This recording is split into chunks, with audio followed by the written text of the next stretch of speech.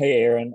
Man, it's a tough one to have to lose. But I mean, at one point though, you were on fire as much as I've seen a player here on fire in a long time. Just kind of when you're in that kind of zone, just what's it like? Once I saw one shot go in, I just was like, man, I got to keep attacking just to find a way to keep us in the game. Noah Bauman had a really good overall game. He really kept us in the game for the majority of it. But after I made that first one, I was like, okay, let me see if I can get another one. And then made that one. I was like, okay, let me see if I can get another one and get another one. It just kept going until, I finally missed. But, that's just how it is once you get in the zone.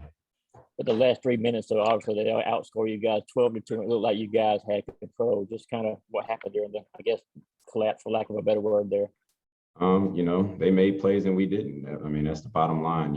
We turned up the defensive pressure in the second half and kind of got them out of their offense, and it worked for a while, but then they kind of adjusted towards the last 2-3 minutes. And, they made big plays. They had some players that on their team that were good players that made good plays. So, I mean, that's really all it is to it.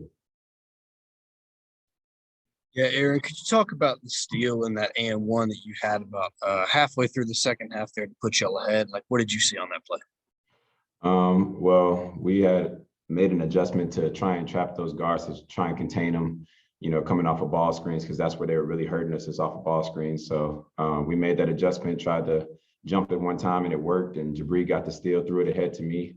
And like I said, I just knew the first one went in. So I was like, let me attack him. Let me get to the rim and try and score. And got the foul and won. So, it was a big time play, but it wasn't enough. Okay, next we're going to go to Mark Weiser and then Drew Beal, and we'll finish up with Lance McCurley. Aaron, kind of, what's the mood in the locker room? When you were at Southern Illinois, did you ever go have a road game like that where you went into like a power conference team and got a W? I mean, how do you guys take that? When I was at SIU, no, I don't think we had many games like that where it came down to a last shot, basically a buzzer beater. I've known that player, David Sloan, since I was 15. We played AAU together, and he's always been that type of player. He's always been a really good scorer, a really good point guard. So I wasn't surprised when he made this shot. He got space on me. I just got to play better defense. But it was a tough loss. Obviously, we were ahead. We had a chance to win the game, but like I said before, good players make good plays. So I mean, we were a little hurt because we felt like we should have won that game. We kind of let one slip this time. What about the 3-point defense? Looked like they had some uncontested shots. What was going on for the team in that?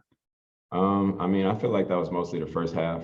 We had a lot of, I think I came in the locker room and told the guys, when a team is shooting 60% from the field and 50% from three, it's almost impossible to win those types of games. We have to, get stops on the defensive end, and we made that adjustment in the second half and kind of slowed them down.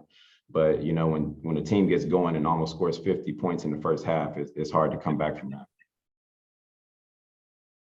Hey, Aaron, you guys had season highs in both 3-point attempts and makes tonight, and shot 23s in the first half, which is a number you guys haven't hit in a couple entire games this year.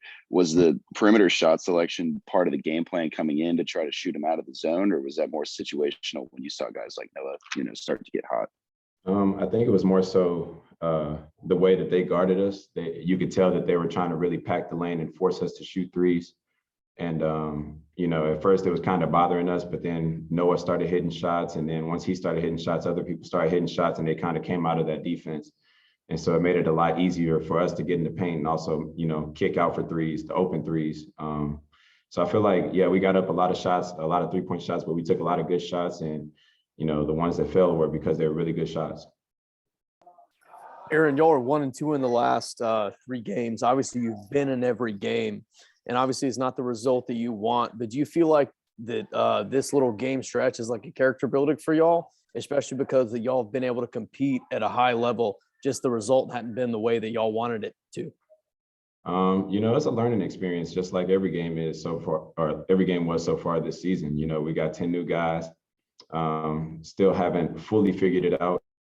The coaches they're working hard to figure out what's the best lineups, what's the best, guys coming off the bench, who do we put in certain situations. So it's definitely these last 3 games were definitely a big test for us, and I think we're going to learn a lot from it. But you know, we just got to find a way to come together, make those 10 guys work, and build our chemistry so that we can be ready come SEC play.